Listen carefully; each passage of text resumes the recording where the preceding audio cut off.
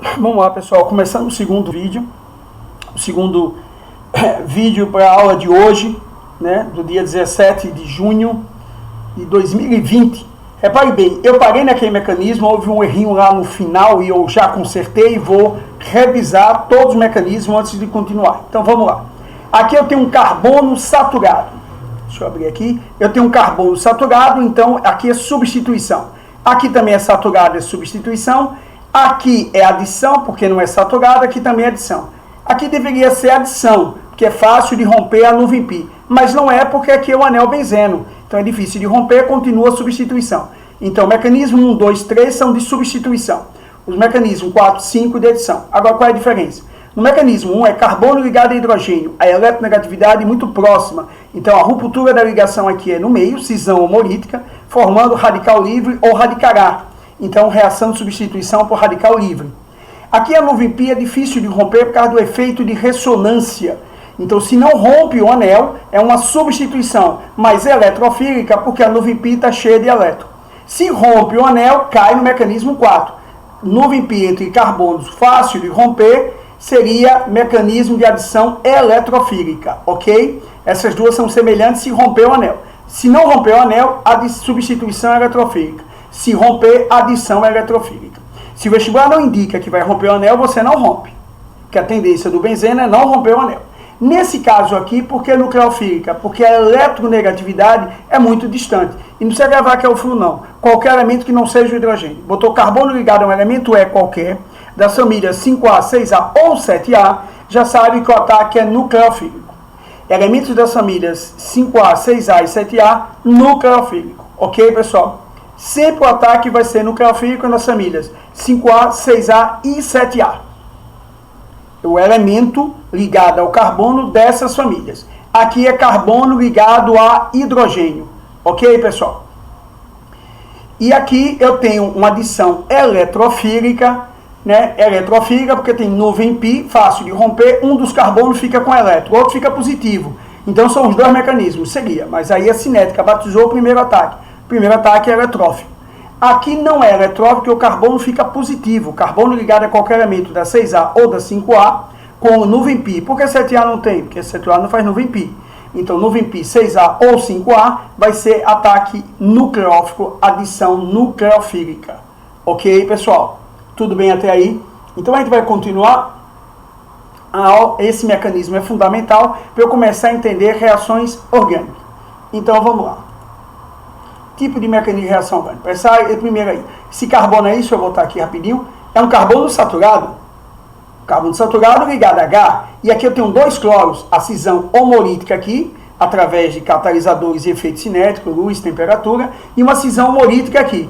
Aí para o que vai acontecer? O cloro substituiu o H. Se o cloro substitui o H, houve uma troca de hidrogênio com o cloro. Mas foi uma troca, substituição. Então, reação de substituição por radical livre, porque a cisão foi homolítica. É quando um átomo, um grupo de átomos, é substituído por um radical do grupo reagente. Então, o cloro saiu, entrou aqui, e simultaneamente o H entrou no lugar do cloro. A reação é feita na presença de calor e luz, e aí vocês fazem a cisão homolítica do gás cloro, faz a cisão homolítica do metano, aqui o exemplo é do metano, forma o radical metil, o radical cloro. O radical cloro entra no lugar do hidrogênio, formando o cloreto de metila, e depois o outro cloro pega o H e forma o gás clorídrico. Aqui não é ácido clorídrico, porque não está em meio aquoso. Ou gás clorídrico ou cloreto de hidrogênio. Essa reação foi uma de substituição por radical livre.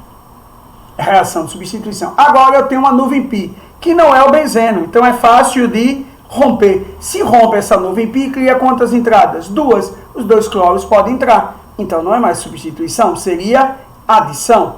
E se a nuvem π é cheia de elétron, quem ataca primeiro é quem quer elétron. Essa cisão do cloro, e tome cuidado com isso no vestibular, não é homolítica.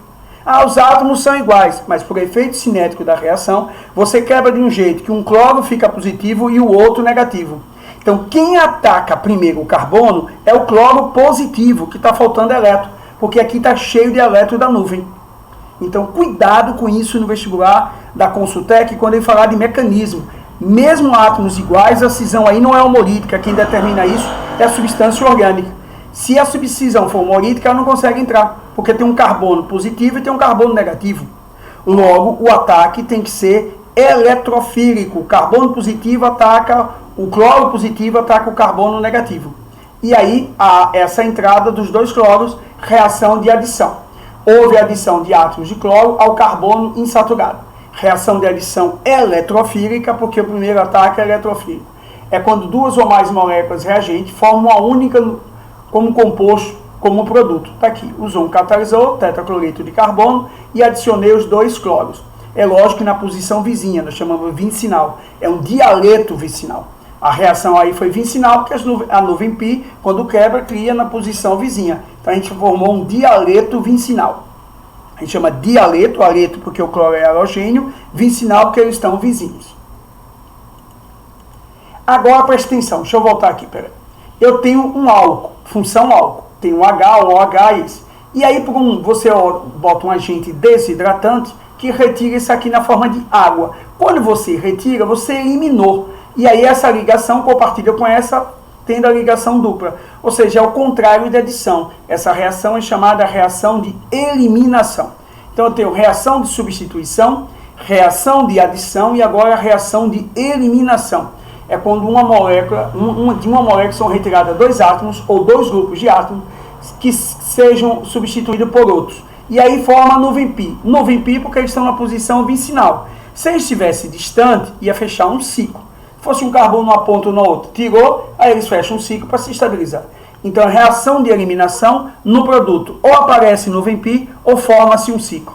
É reação de eliminação. Vou voltar a dizer devagar. Como é que eu reconheço a eliminação? Formação da nuvem π ou formação de um ciclo. Reação de eliminação. E é lógico que tem um subproduto aqui, que nesse caso é a água, ele precisa de um agente desidratante. O H+, aí não é qualquer H+, não, é um agente desidratante. Geralmente a gente usa ácido sulfúrico concentrado. Ok, pessoal? Reação de eliminação. Bom, aí eu comentei os três grandes carros-chefe de reação. Substituição, adição e eliminação. Ainda falta de oxidação e redução e polimerização. Então você tem todo um mecanismo, toda uma visão das reações orgânicas. E agora a gente vai estudar cada mecanismo deles. Primeiro de substituição, depois de adição, depois de eliminação, depois de oxi-redução e depois os polímeros e bioquímica na última aula. Ok, pessoal? Tudo bem até aí? Se eu estiver rápido, me sinalize. Eu posso voltar esse vídeo em um outro horário para você, em particular para o grupo. Não tem problema nenhum. O grupo G8 quer que você sinta-se à vontade, com competência, com segurança na resolução de suas questões. Esse é o grande objetivo nosso. Seja lá qual for o professor, que seja o mediador, o facilitador do aprendizado. Nós, professores, somos apenas facilitadores do aprendizado. Não mais do que isso, ok? Essa é a nossa função. Cumprindo essa função, estamos cumprindo o papel do professor. É assim que eu entendo o processo de ensino e aprendizagem em todos os níveis, desde que eu leciono no ensino médio, no ensino da graduação e da pós-graduação. Independente do meu aluno, o meu papel lá é apenas de mediador do conhecimento ou facilitador do conhecimento. Ok? Então vamos começar agora as reações de substituição. Tudo bem, pessoal? Então vamos lá. Antes de começar, deixa eu chamar logo a atenção. Nós podemos ter três tipos de substituição. Por radical livre, quando a quebra é numa ligação simples carbono e hidrogênio. Eletrofílica, quando a quebra é carbono com um elemento qualquer das famílias 5A, 6A ou 7A. Eletrofílica quando é no benzeno, quando é no benzeno sem romper o anel. E nucleofílica quando é carbono ligado ao elemento da 5A, 6A e 7A. Então são três tipos de substituição. Radical, radical livre, carbono e hidrogênio. Eletrofílica, carbono e hidrogênio no anel benzeno, sem romper o anel, por causa do efeito de ressonância. E carbono ligado a qualquer elemento das famílias 5A, 6A e 7A, nucleofílica. São três tipos de substituição que a gente vai ver agora. Entre os compostos orgânicos que sofrem reação de substituição, destacam-se os alcanos, carbono ligado a hidrogênio, reação de substituição por radical livre. O benzeno, sem romper o anel benzeno e seus derivados, reação de substituição eletrofílica. Os aletos de alquila, se a aleta é da 7A.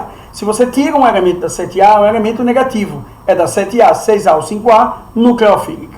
O álcool tem oxigênio, que é da 6A, nucleofílica. Ácido carboxílico tem oxigênio, que é da 6A, nucleofílica. Então eu já sei o mecanismo, pelo visão que eu tenho do carbono. Carbono com H, radical livre.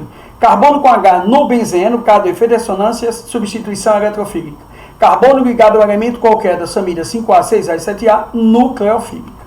Tudo bem, pessoal? Então vamos detalhar uma por uma aí, bem devagar, que a gente está na segunda aula, no segundo vídeo ainda da primeira aula de reações orgânicas. Halogenação. Primeiro, a halogenação vem de halogênios, família 7A. Então, é uma reação de extrema importância nos vestibulares. Sempre trabalho com halogenações. Então, a gente tem, é quando substituímos um ou mais átomos de hidrogênio de um alcano. Um alcano é uma parafina de pouca afinidade, baixa reatividade química. Então, ele só reage em condições extremas, que é mecanismo radical, cisão homorítica, por átomos de hidrogênio. Vamos ver como é que funciona isso. Eu tenho aqui o metano, que é, de novo, um metano bem simples. Eu tenho um gás cloro. O cloro pega esse hidrogênio e forma o HCl, cloreto de hidrogênio. O cloro restante entra no lugar do H, formando o haleto orgânico, que é o cloreto de metila ou clorometano. Essa reação é feita na presença da luz e de calor, né? E pode-se usar também um catalisador. Lembrando que luz não é catalisador. Luz é um fator que aumenta a velocidade da reação. Calor não é catalisador, é um fator que aumenta a velocidade da reação. Catalisador é uma espécie química. Se você usa uma espécie química também aí, combinando aí esses efeitos, você aumenta o efeito cinético dessa reação. E aí você tem uma halogenação, porque formou um haleto orgânico. Só lembrando, haleto orgânico é quando o halogênio está ligado a um carbono saturado, derivado de alcano. Quando o carbono tem uma dupla com oxigênio, esse halogênio, quando entra, é um haleto ácido, porque vem de ácido carboxílico. Então vamos lá. Podemos realizar a substituição dos demais átomos de hidrogênio. O metano tinha 4. Substituir um, ainda pode substituir 3, resultando nos compostos. Vamos lá. Metano, primeira entrada de cloro, sai um HCl e forma cloreto de metano. Sai um HCl e forma isso aí. Você adiciona mais um gás cloro, sai mais um mol de HCl e agora tem um diclorometano. Você adiciona mais um gás cloro, sai mais um mol de HCl, você tem triclorometano, conhecido como cloroformo. Você adiciona mais um mol de HCl, mais um mol de Cl2, sai um mol de HCl e você tem um tetracloreto de carbono. O que eu quero chamar a atenção? Quantos hidrogênios tem aqui? 4. Para você fazer a halogenação total, você precisa de 4 mols de gás cloro. E não 2 mol. Tem muita gente que diz, 2 mol, porque 2 vezes 2, 4. Não. São 4 mols, porque em cada mol desse, um cloro pega o H e forma HCl. Saem 4 mols de HCl e você precisa de 4 mols de gás cloro. Ou seja, o número de H do hidrocarboneto é o número de mols de gás cloro, do X2, melhor dizendo, que podia ser iodo, bromo, e é o coeficiente do gás que sai aí, do gás clorídrico, do gás bromídico, do gás fluorídrico. Ok? Tudo bem, pessoal? Isso a gente chama de halogenação total. A halogenação de alcano é uma reação por radical livre. Por que radical livre? Porque a cisão foi homolítica. E por que a cisão foi homolítica? Porque a distância, a eletronegatividade entre carbono e hidrogênio, a diferença é muito pouca. Então a cisão é no meio, rompe-se no meio, radical livre, cisão homolítica, né? Ou seja, reação radical. Para iniciar esse tipo de reação, temos que produzir alguns radicais livres. E as condições para isso são luz de frequência adequada ou aquecimento. Ou não, a gente trabalha no laboratório, lá no IFES mesmo, a gente trabalha com luz, aquecimento e algumas vezes a gente usa um catalisador. Ou seja, o efeito cinético do processo, né, a gente precisa da colaboração do pessoal da fisicoquímica, lá dentro do laboratório da orgânica, para a gente ter um bom rendimento do processo orgânico, que geralmente as reações orgânicas têm baixo rendimento, pessoal. Então vamos lá. Nos alcanos de cadeias maiores, é para que esse alcano tem 4 carbonos, 3 na principal e uma raiz. Mas esse carbono é primário, esse é primário, esse é primário e esse é terciário. Aonde o cloro vai entrar? Ele pode entrar no primário, ele pode entrar no terciário, mas na prova da Consultec vem as duas respostas. E ele quer que você garanta o composto que é produzido em maior quantidade, nós chamamos de composto prioritário, produzido com maior rendimento. Você tem que ter capacidade de prever onde vai ser o melhor ataque. Primeiro eu vou explicar pela técnica, depois como está no slide e depois como meu professor me ensinou. São 3 métodos para chegar na mesma resposta. Pela técnica. Se você achar o NOx desse carbono aqui, esse carbono é 3 menos, porque cada H é um mais, ele é 3 menos. Esse H, esse carbono é um menos, porque só tem um a mais. Esse é 3 menos, 3 menos. Então, eu tenho dois tipos de carbono. Carbono 3 menos, carbono menos. Olha, quem é o carbono mais mais negativo aqui? É esse. Então, para ele tirar o H é mais difícil. É mais fácil tirar o H desse, que é menos negativo. Então, é mais fácil tirar o hidrogênio desse aqui. Por quê? Porque o NOx dele é maior. Quanto menor o NOx, mais ele segura o H. Então, é mais fácil perder o hidrogênio aqui. Essa é a maneira técnica. A maneira do slide. Esse carbono é primário e esse é o quê? Terciário. Então, eu já sei. Qual é o carbono mais fácil de perder hidrogênio? O terciário. Depois o secundário e, por último, o primário. Está no slide. Como meu professor me ensinou? Na orgânica, e vale não só para alcano, vale para todas as reações orgânicas que eu vou dizer. Não só substituição, como também eliminação ou adição. A orgânica funciona, na maioria das vezes, com uma regra capitalista. Qual é a regra capitalista? Tira-se de quem tem pouco. Dá a quem tem muito. Se vai tirar, tira de quem tem menos. Se vai botar, bota em quem tem muito. Nesse caso, eu não estou botando, eu estou tirando. Não é adição, é substituição. Então, eu estou tirando. Então, tira-se de quem tem pouco. Quem é que tem menos H aqui de todos? Esse é o prioritário. Então, a reação vai ser: a reatividade depende do carbono, onde ele se encontra. A preferência de substituição é a seguinte ordem: terciário, porque é o que tem menos hidrogênio, o maior NOx, secundário e primário. E aí, a tendência principal é quebrar aqui, formando esse composto como produto principal. Mas se o vestibular consegue perguntar, quantos compostos podem ser formados diferentes? 2. O cloro aqui ou o cloro aqui. Porque aqui dá no mesmo. Então, eu tenho dois tipos de aleto nessa reação. Aleto na posição 2 e aleto na posição 1. Aqui ele só botou o produto principal. Ok, pessoal? Vamos ver logo esse exercício. No 3-metilpentano, 1, 2, 3, 3-metilpentano, tem 6 carbonos, cuja estrutura está representada a seguir. O hidrogênio mais facilmente substituído por um halogênio está. Aqui é carbono primário, aqui é secundário, terciário, primário, secundário, primário. O mais fácil de substituir é o que tem menos, é o 3. Depois do 3, o 2 e o 4, que são os secundários.